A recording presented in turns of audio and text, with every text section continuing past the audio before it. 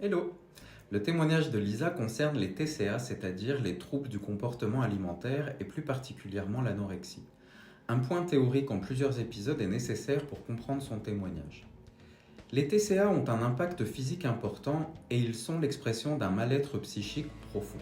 Selon le DSM-5, les TCA se caractérisent par des perturbations persistantes de l'alimentation ou du comportement alimentaire, entraînant un mode de consommation pathologique ou une absorption de nourriture délétère pour la santé psychique et physique et le fonctionnement social.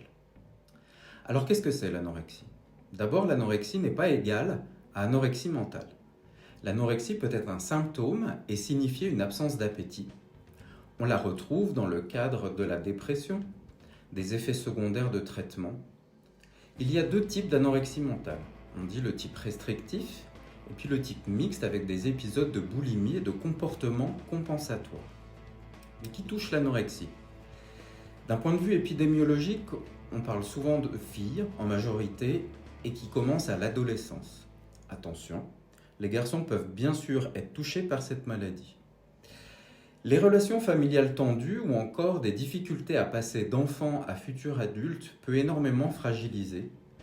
La théorie de l'attachement apporte de nombreuses hypothèses sur ce sujet et c'est pour ça qu'on l'évoque beaucoup dans l'adolescence. Il y a également certaines professions. Les mannequins, les danseurs, les sportifs dans des disciplines esthétiques ou à catégorie de poids, surtout lorsqu'ils font de la compétition, sont des catégories professionnelles touchées. Mais il n'y a pas que des personnes qui veulent perdre du poids.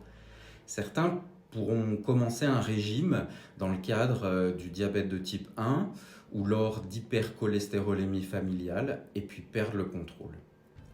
Justement, on entend ou on lit souvent que l'anorexie est la maladie du contrôle. Le contrôle de son poids, de sa vie, de ses émotions, quand tout échappe au sujet qui en souffre.